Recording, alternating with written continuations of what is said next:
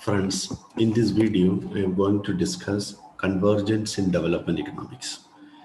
And we know that convergence plays an important role in development literature. Convergence is nothing, but it is a tendency on the part of the countries to move toward a level of income and economic growth rate at par with the leading countries of the world. So there are two type of countries, leading countries and laggard countries. Leading countries have shown a good performance of GDP growth rate and a good standard of living. But lagging countries are those countries which have lagged behind in the development process. But over years, it seems that the laggard countries or the poor countries attempt to catch up with the performance of the rich countries.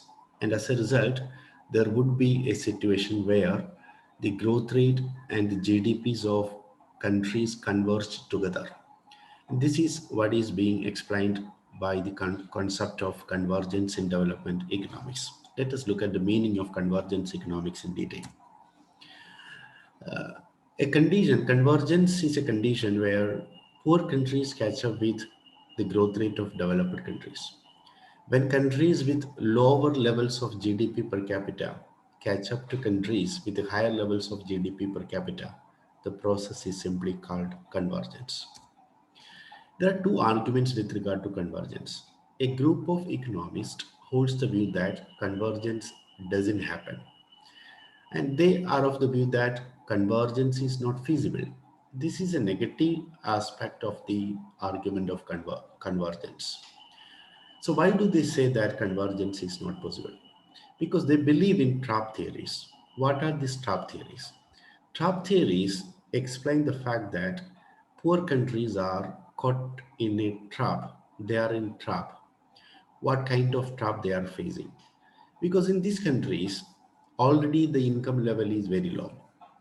Low income means people are unable to save more.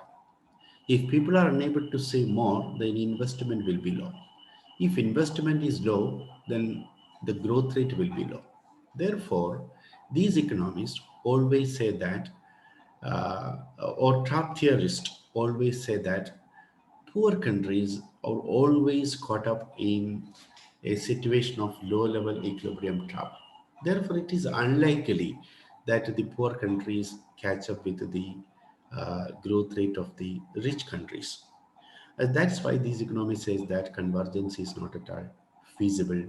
It doesn't occur, and it is unlikely to happen. There will be differences in the world in respect of the income attainment of different group of countries. Poor countries will always be caught up in a crisis, and they will be having less and less level of income. But rich countries are expected to grow faster and faster, and because they have all infrastructure and other circumstances which help them to grow faster compared to the poor countries in the world. And therefore, trap theorists have received more empirical support from the works of Danny Hoy and many writers. And these works provide evidence that the world distribution of income is evolving toward twin peaks. Twin peaks means one is a peak which denotes a group of countries who are trapped, a group of countries who are trapped at a low levels of per capita income. But there is another group of countries, and these countries are trapped or they have a high levels of per capita income. So these two type of peaks will continue to exist in the world, especially in the case of the distribution of world income. So one group of countries will be achieving a high levels of income path, whereas another level of countries will continue to have a low level of income. Therefore, we argue that the trap theorist trap theorists always believe in these type of twin peaks, these type of extreme differences between two group of countries, that is the rich country and the poor country, and there is no possibility of what is called convergence in the world, or convergence will never happen. This is the view of the top theorist. And the second argument is that convergence will happen because they believe that the per capita income of the poor countries will converge towards the level of the rich countries. This kind of an argument has been put forward mainly by Robert Lucas. Lucas argues that countries that started early are rich countries. For example, take the case of the United States or UK. They actually started their development experience much earlier than the today's poor countries like India, Bangladesh, Sri Lanka, etc.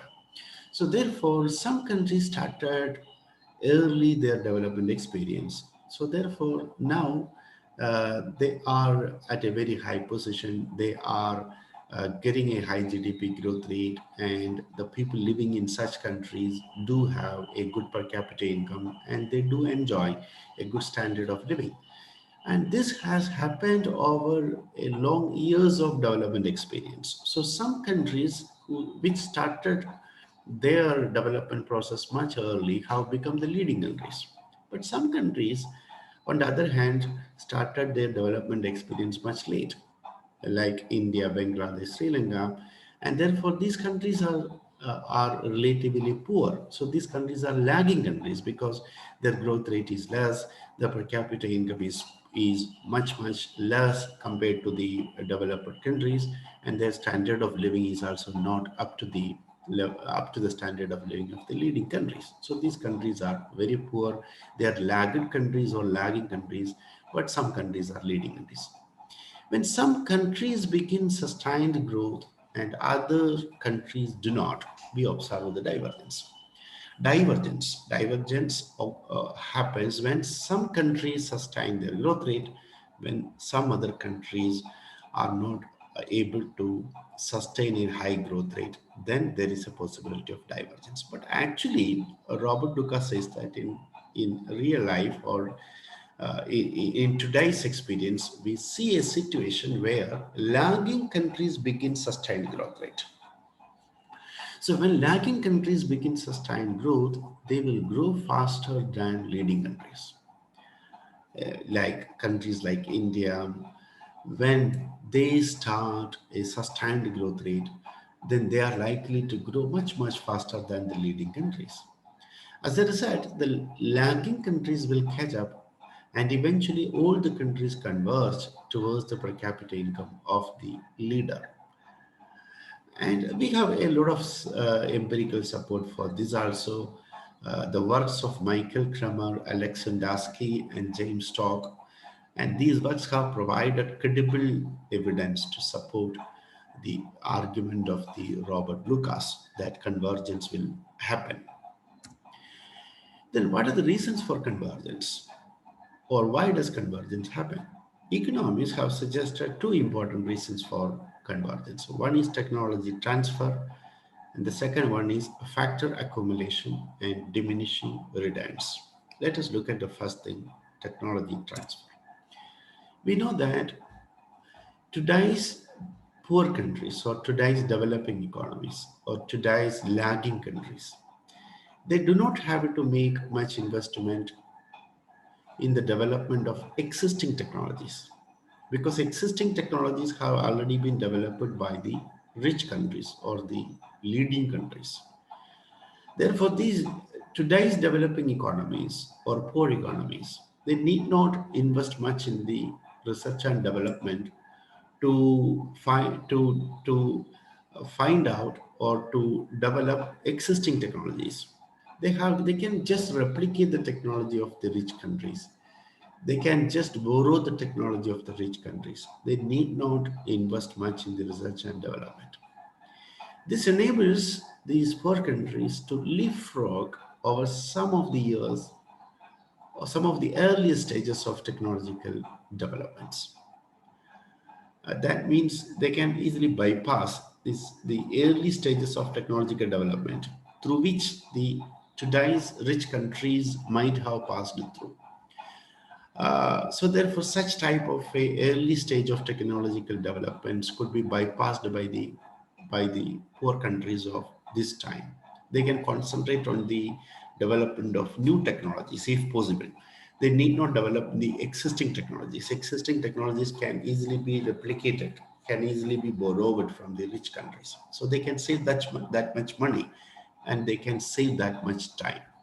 So poor countries today are able to save time and money because of the possibility of transfer of technology from the developed countries, rich countries, or leading countries to the developing countries, poor countries, or the laggard countries. So therefore, this technology transfer makes it possible for the poor countries to save their time, energy, and money, means money. So therefore, these poor countries are at that advantage. So these poor countries can move to high productivity level much faster than the developed economies. There is an evidence to support this. For example, Britain doubled its output per person in the first 60 years of its industrial development. Britain took 60 years to double its output per person or per capita output, because Britain started off its development process much earlier. And since it started off its development process much earlier, it had to take a long time, 60 years, to double its per capita income. But when it comes to the case of the United States, we see that United States did take 45 years to double its per capita income. Then, when we come to the case of South Korea and China, the emerging economies of this time, which have started off relatively much late, it seems that the South Korea and China have taken much less time to double its per capita income compared to United States and UK, because South Korea and China, they are fortunate in having the technology transfer from the developed world. For example, South Korea did it, means South Korea could double its per capita output in first 11 years. It took just 11 years to double its per capita income, whereas China took only less than 9 years to double its per capita income. What does it mean? Poor countries or rich countries or emerging economies of this time are taking less and less time to double its per capita income compared to the United States and UK, which are leading countries in the sense that they started their development process much earlier. This is one reason, or this technology transfer is one reason which has been cited responsible for the occurrence of convergence. Now let us look at the second reason. Second reason is about factor accumulation and diminished returns. We know that developed economies, they have high levels of physical capital, human capital, everything they they have got. This would explain high levels of output per person in these countries. But one problem with these countries is that although they possess a high level of physical capital, high level of human capital, they are experiencing what we call law of diminishing returns. That means marginal productivity of these factors or these possessions, the marginal productivity of these things, that actually decline in these countries. In contrast, in developing economies, marginal productivity does not seem to be diminishing because they are at the early stage of development and they are building up their investment. They are increasing their investment rates. They are building up more physical and human capital. Therefore, they are not experiencing diminishing returns. After some time, they may start experiencing diminishing returns. But as of now, the poor countries of the world, developing economies of the world, are not experiencing any kind of what we call the diminishing returns. Therefore, it is likely that the output per capita and capital per capita of these countries would become equalized with that of the rich countries of the world. So developing economies would experience a higher investment rates until equal levels of capital and output per are achieved in both countries. So this is about convergence.